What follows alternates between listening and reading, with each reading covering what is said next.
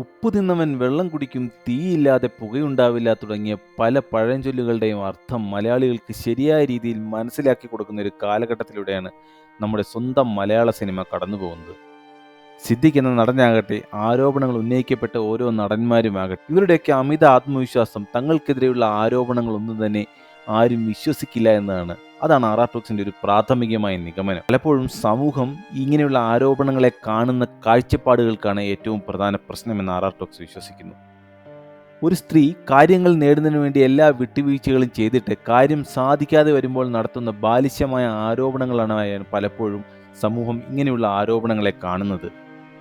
അല്ലാതെ ഈ രീതിയിൽ ഒരു സ്ത്രീയെ ചൂഷണം ചെയ്യാൻ തയ്യാറായ പുരുഷനെ സമൂഹം കുറ്റപ്പെടുത്തുന്നില്ല, അവനെതിരെ വിരൽ ചൂണ്ടുന്നില്ല എന്നൊരു പോരായ്മ നമ്മുടെ ചിന്താഗതിക്കുണ്ട് എന്ന കാര്യം പറയാതെ വയ്യ. ഒരു നേരത്തെ അന്നത്തിനു വേണ്ടി തൻ്റെ ശരീരം വയ്ക്കുന്ന സ്ത്രീയെ നമ്മൾ വേശ്യ എന്ന് വിളിക്കുന്നു.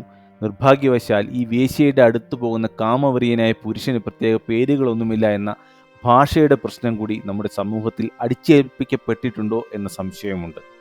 എന്തായാലും ഇപ്പോൾ നടക്കുന്ന സംഭവ വികാസങ്ങൾ മലയാള സിനിമയെന്നല്ല, ഇങ്ങനെയുള്ള തെറ്റായ കാര്യങ്ങൾ നടക്കുന്ന ഏതു മേഖലയിലുള്ളവർക്കും ഒരു വാണിംഗ് ആണ്. കാരണം എപ്പോൾ താനൊരു തെറ്റ് ചെയ്താലും എത്ര വർഷങ്ങൾക്ക് ശേഷമായാലും ശക്തമായ നിയമ നടപടികൾക്കും സമൂഹത്തിന്റെ വിചാരണയ്ക്കും താൻ ഇരയാകും എന്നൊരു ചിന്ത ഇനിയെങ്കിലും ഇങ്ങനെയുള്ള പ്രവർത്തികൾ ചെയ്യുന്നതിൽ നിന്നും ആൾക്കാരെ പിന്തിരിപ്പിക്കും എന്ന് പറയാതെ വയ്യ.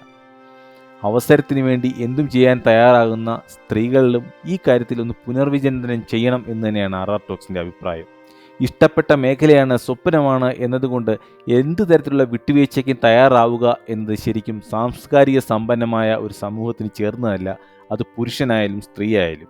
ഇനി നമുക്ക് നടൻ സിദ്ദിഖിന്റെ ജാമ്യാപേക്ഷ തള്ളിയതും യഥാർത്ഥത്തിൽ സംഭവിച്ച കാര്യങ്ങളിലേക്കും കടക്കാം. ടോക്സിലേക്ക് എല്ലാവർക്കും സ്വാഗതം. വീഡിയോ ഇഷ്ടപ്പെട്ടാൽ ദയവായി ചാനൽ സബ്സ്ക്രൈബ് ചെയ്യാനും വീഡിയോ ലൈക്ക് ചെയ്യാനും കമൻറ്റ് ചെയ്യാനും ഷെയർ ചെയ്യാനും മറക്കരുത്. അസാമാന്യ അഭിനയ പാഠവുമുള്ള ഒരു നടനാണ് സിദ്ദിഖ്.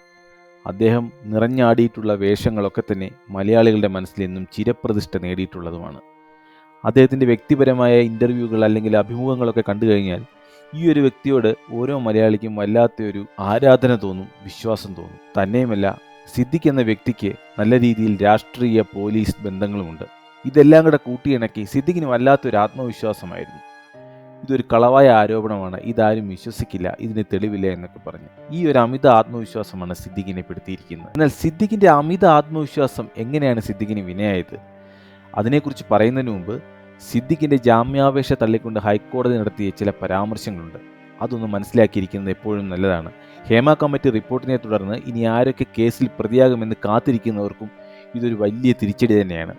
നടൻ സിദ്ദിഖിന്റെ മുൻകൂർ ജാമ്യാപേക്ഷ തള്ളിക്കൊണ്ട് വളരെ വിശദമായ ഒരു വിധി തന്നെയാണ് ജസ്റ്റിസ് DS ഡയസ് പുറപ്പെടുവിച്ചത്.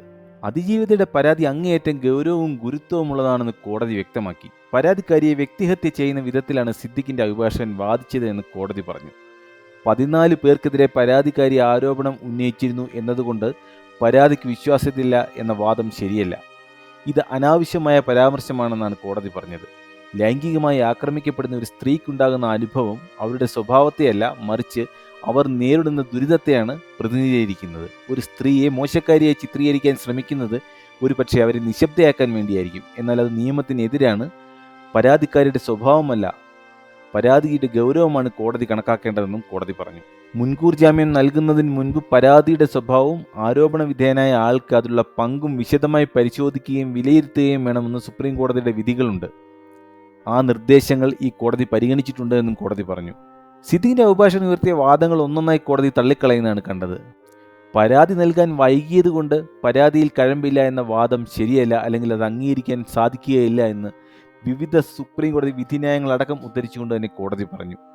സാധാരണഗതിയിൽ ഒരു ലൈംഗികാക്രമണ കേസിലെ അതിജീവിതയ്ക്ക് അതുണ്ടാക്കിയ നടുക്കത്തിൽ നിന്നും പുറത്തു വരാൻ തന്നെ സമയമെടുക്കും. അഭിമാനം നഷ്ടപ്പെടുമോ, ഭയമടക്കമുള്ള അനേകം കാര്യങ്ങളും പരാതി നൽകുന്നതിൽ നിന്നും അതിജീവിതയെ വൈകിക്കാറുണ്ട്. എന്തുകൊണ്ട് വൈകി എന്ന സാഹചര്യങ്ങളും മറ്റും വിചാരണ വേളയിൽ മാത്രം കണക്കാക്കേണ്ടതാണ്, അല്ലെങ്കിൽ പരിശോധിക്കേണ്ടതാണ്. ജസ്റ്റിസ് ഹേമ കമ്മിറ്റി റിപ്പോർട്ട് പുറത്തു വന്നതിനെ തുടർന്ന് ഈ പരാതിക്കാരി ഉൾപ്പെടെയുള്ളവർക്ക് അതിക്രമങ്ങളെക്കുറിച്ച് പറയാനുള്ള സാഹചര്യം ഉണ്ടായി എന്ന കാര്യം കോടതി കണക്കിലെടുത്തിട്ടുണ്ട്. 2019 ഈ റിപ്പോർട്ട് സമർപ്പിച്ചതാണെങ്കിലും 5 വർഷം സർക്കാർ ഇക്കാര്യത്തിൽ നിശബ്ദത പാലിച്ചുവെന്നും കോടതി വിധിന്യായത്തിൽ പറഞ്ഞു. അതായത് സിദ്ദിഖിന്റെ ജാമ്യാപേക്ഷ തള്ളിക്കൊണ്ടുള്ള വിധിയിൽ സർക്കാരിൻ്റെ നിസ്സംഗതയും കോടതി പരാമർശിച്ചിട്ടുണ്ട് എന്നർത്ഥം. സമൂഹത്തിൻ്റെ ഏത് തട്ടിൽ നിന്നുള്ളതാണെങ്കിലും ഏത് വിശ്വാസം പുലർത്തുന്നതാണെങ്കിലും ഏതു സാഹചര്യത്തിലും ഒരു സ്ത്രീ ബഹുമാനം അർഹിക്കുന്നു എന്ന ബിൽക്കിസ് ബാനു കേസിലെ സുപ്രീം കോടതി നിരീക്ഷണവും ജസ്റ്റിസ് ഡയസ് തൻ്റെ വിധിന്യായത്തിൽ എടുത്തു പറയുന്നുണ്ട്.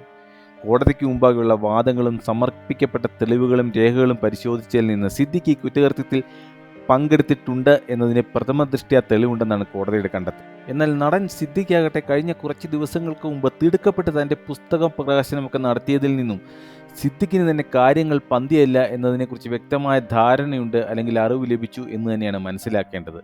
മറ്റൊരു രസകരമായ ആരോപണം, നടൻ ദിലീപിനെ തൻ്റെ കേസിൽ തുറന്ന് സഹായിക്കുവാൻ തയ്യാറായ വ്യക്തിയാണ് സിദ്ദിഖ്. ഒരു സുഹൃത്ത് എന്ന നിലയ്ക്ക് ദിലീപിന് വേണ്ട എല്ലാ സപ്പോർട്ടുകളും നൽകുകയും മാധ്യമങ്ങളെയൊക്കെ ശക്തമായ ഭാഷയിൽ കുറ്റം പറയുകയും ചെയ്ത വ്യക്തിയാണ് സിദ്ദിഖ്. ദിലീപിനെ സഹായിച്ചതിൻ്റെ പേരിൽ സിദ്ദിഖിനോട് പോലീസിന് വിരോധമുണ്ടെന്നും ആ വിരോധം തീർത്തതാണെന്നുമൊക്കെയാണ് മറ്റൊരു രസകരമായ വാദം. എന്നാൽ ഇരയിൽ നിന്ന് ലഭിക്കുന്ന മൊഴികളും കോടതികളുടെ ഉത്തരവുമെല്ലാം കണ്ടാൽ സിദ്ദിഖിന് ഇതിൽ എന്തൊക്കെയോ പങ്കുണ്ട് എന്ന് സാധാരണക്കാരന് സംശയിച്ചു പോകും എന്നത് മറ്റൊരു വസ്തുത. എന്തായാലും ഈ കേസിൽ സിദ്ദിഖ് കുറ്റക്കാരനാണ് എന്ന് തെളിയിക്കപ്പെടുകയാണെങ്കിൽ, വിചാരണയ്ക്ക് ശേഷം സിദ്ദിഖ് കുറ്റക്കാരനാണ് എന്ന് തെളിയിക്കപ്പെടുകയാണെങ്കിൽ സിദ്ദിഖ് ശരിക്കും ഈ സമൂഹത്തെ, മലയാളികളെ വഞ്ചിക്കുകയായിരുന്നു എന്ന് തുറന്നു പറയേണ്ടി വരും. കാരണം സിദ്ദിഖിന് ടോക്സ് നേരത്തെ പറഞ്ഞതുപോലെ അഭിനയ പാഠവും അഭിമുഖവും ഒക്കെ കണ്ടാൽ നമുക്കെല്ലാം അറിയാതെ ഒരു ഇഷ്ടം തോന്നുന്ന വ്യക്തിത്വമാണ് സിദ്ദിഖ്. അത്ര കണ്ട് കൺവിൻസിംഗ് ആയി പെരുമാറുന്ന സിദ്ദിഖിനെ പോലെ ഒരു മഹാനടൻ്റെ കയ്യിൽ നിന്നും സംഭവിച്ചത് ഇത് സത്യമാണെങ്കിൽ അത് ഒരിക്കലും പൊറുക്കാൻ പറ്റാത്ത തെറ്റാണ്. ഈ ഒരു വിഷയത്തിൽ എൻ്റെ പ്രേക്ഷകരുടെ അഭിപ്രായം ദയവായി കമൻ്റായി രേഖപ്പെടുത്തുക. വീഡിയോ ഇഷ്ടപ്പെട്ടാൽ ദയവായി ചാനൽ സബ്സ്ക്രൈബ് ചെയ്യാനും വീഡിയോ ലൈക്ക് ചെയ്യാനും കമൻറ്റ് ചെയ്യാനും ഷെയർ ചെയ്യാനും മറക്കരുത്. അടുത്ത വീഡിയോയുമായി വരുന്നതുവരെ നന്ദി, നമസ്കാരം.